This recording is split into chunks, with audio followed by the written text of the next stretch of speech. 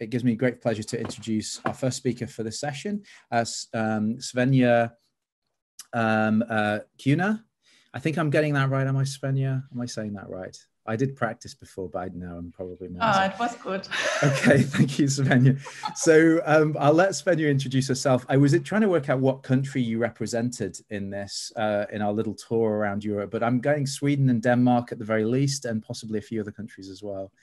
I won't introduce you in detail other than to say that I met Svenja at a conference where I gave a presentation moaning about trying to build an experimental building and the planning I'd had to go through and all the problems with contractors and getting an estates department to agree with it, followed by you who gave a presentation straight afterwards on how you'd made and lived in your own house for your PhD. So that kind of put me to shame. I don't know whether you're going to talk much about that today, but I'll pass the floor over to you. And I see you're already showing your screen, so thanks very much.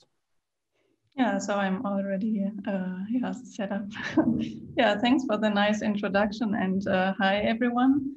It's an honor and a pleasure to share my viewpoints on biodesign in Europe with you today. And I'm joining you from Denmark. I spent the last 5 years in Sweden, and I'm from Germany. So yeah, that's my background.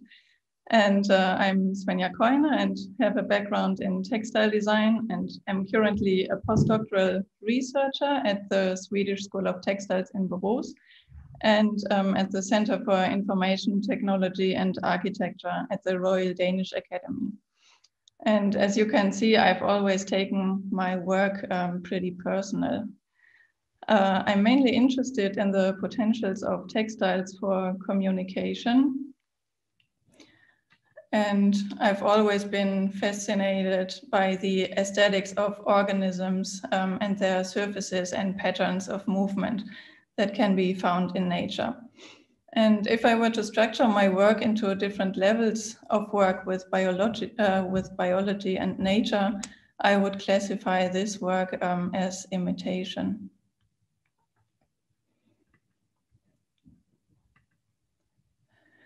I mainly imitated natural expressions by using computational electronics in order to augment and annotate textile expressions.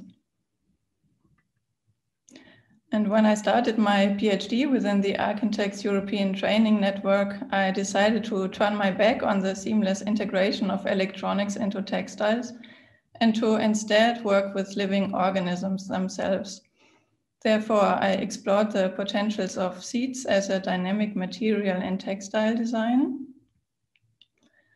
And if I would classify these works that have been done within the project Textile Farming, then yeah, I would classify them as using living organisms in a design process, more specifically in a textile design process. And yeah, as you mentioned, halfway through my PhD, I felt the strong need to physically explore the impact of my project myself. And so I designed a house for me and my experiments.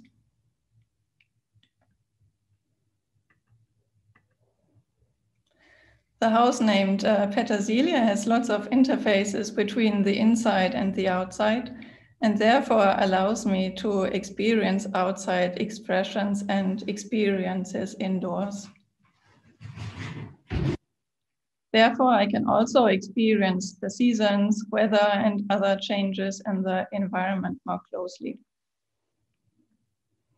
And of course, I can also experience whether my designs for plants were successful or not. Most of the times they were unfortunately not, but they taught me a lot and opened up so many design spaces that are still unexplored.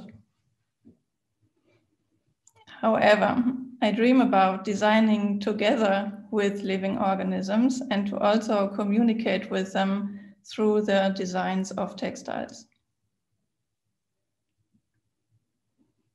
For the next 3 years, I will continue to design and live with organisms in my house, now located in Denmark. And this is a project that is taking place at the Swedish School of Textiles and CETA, and is funded by the Swedish Research Council. A large piece of my work beyond the actual designing with, designing for, or designing together with living organisms is the question of how to live with them.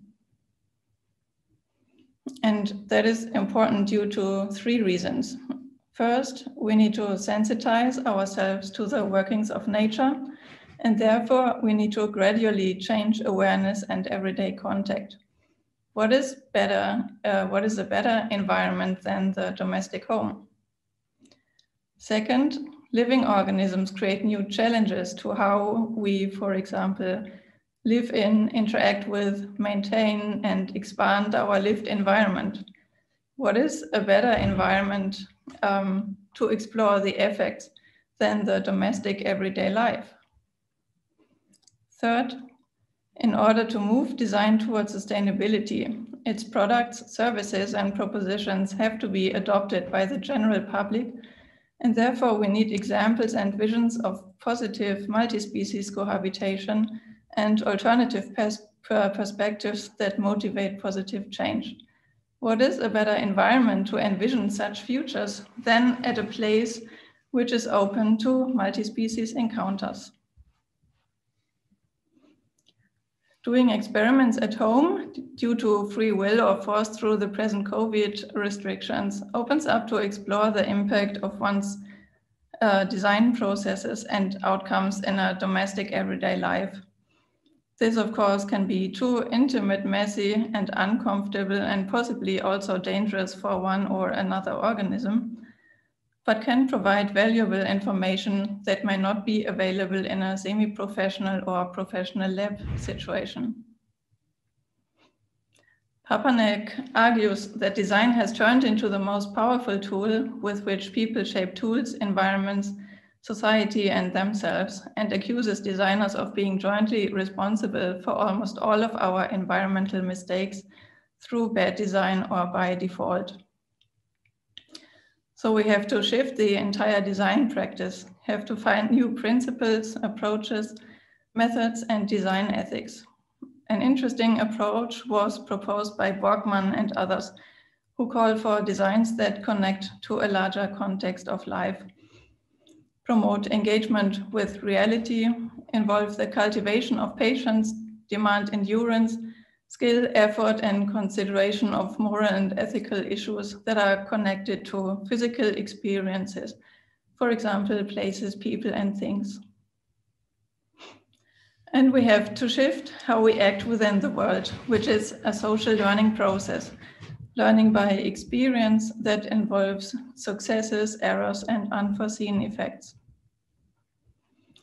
We as designers have to create not only products, services, or materials, but also visions, examples, and infrastructures for us and others to do social learning processes and have experiences with the living.